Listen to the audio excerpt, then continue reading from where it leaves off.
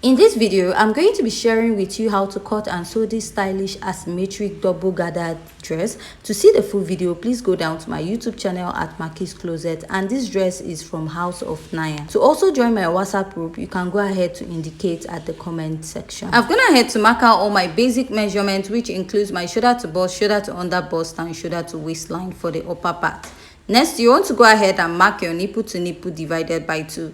My nipple to nipple is 7 inches divided by 2. I have 3.5 inches, which I'm going to go ahead to draw out a straight line at this point. And I'll be marking a basic dart of ½ inch at both sides, come down by 1 inch at the upper part, and I'll go ahead to connect. After I'm done connecting, I'll go ahead to outline with my marker. Next, you want to come in with your measurement. Mark your bust circumference divided by 4. Add your sewing allowance. Mark your under bust circumference divided by 4. Measure the dart intake, replace, and add your sewing allowance. Repeat the same process at the waistline of this pattern. And after you're done doing this, go ahead to connect your pattern from the upper part all the way to the lower part of this pattern. Next, you want to find your bust dart, which is the distance between your shoulder to waist in front and your shoulder to waist at the back.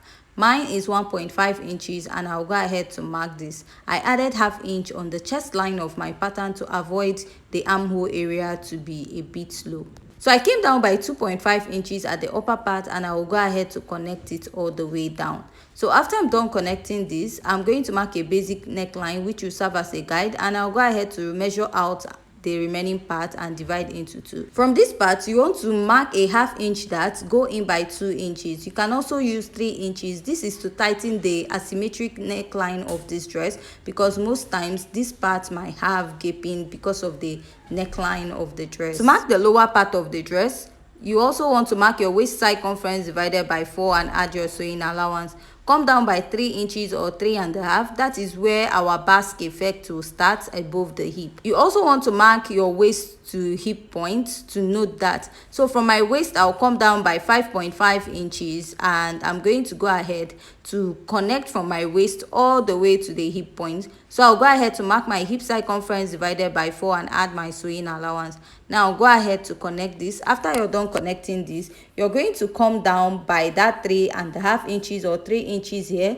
Go ahead to extend this all the way to the lower part, and this basque is not pointy, is a bit rounded. Go ahead to connect this all the way up. So this is what I have for this pattern, and the next step is to measure what you have. So now the length you have on this dress is from your shoulder to that 3 inches after your waistline. The additional basque is not included in the length of the dress. So my shoulder to waist is 17, and extra 3 inches giving me 20. So the full length of my dress is actually 35 inches.